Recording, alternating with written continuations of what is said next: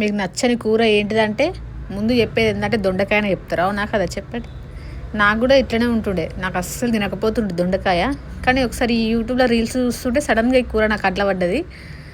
మంచిగా మసాలా దొండకాయ టేస్ట్ మాత్రం మస్తు ఉంటుందండి. ఇప్పటికీ 3-4 టైమ్స్ వేసిన, మంచిగా ఉంది టేస్ట్. వీటి కోసం పల్లీలు, నువ్వులు, ధనియాలు, కొంచెం కొబ్బరి, స్పైసెస్ వేసుకొని మిక్సీ పట్టేసుకోవాలి, కొంచెం వేపుకొని. ఆ తర్వాత దొండకాయలను కూడా వేపుకోవాలి. ఆ వేపిన దాంట్లో నేను మళ్ళీ ఉల్లిగడ్డలు వేసి కొంచెం ఫ్రై చేస్తున్నా.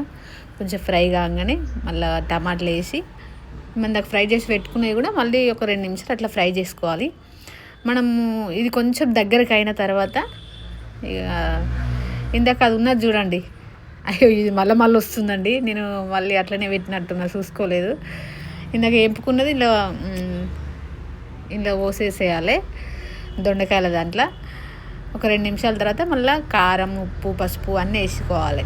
నాకు కొంచెం కారం ఎక్కువైంది కానీ టేస్ట్ మాత్రం మంచిగా వచ్చింది. నేను కొంచెం నూనె తక్కువ వేసిన, అందుకోసమే అంత కలర్ఫుల్ కనబడతలేరు. నూనె ఎక్కువ వేస్తే మంచిగా టేస్టీగా మంచిగా ఎమ్మిగా కనిపిస్తుండే.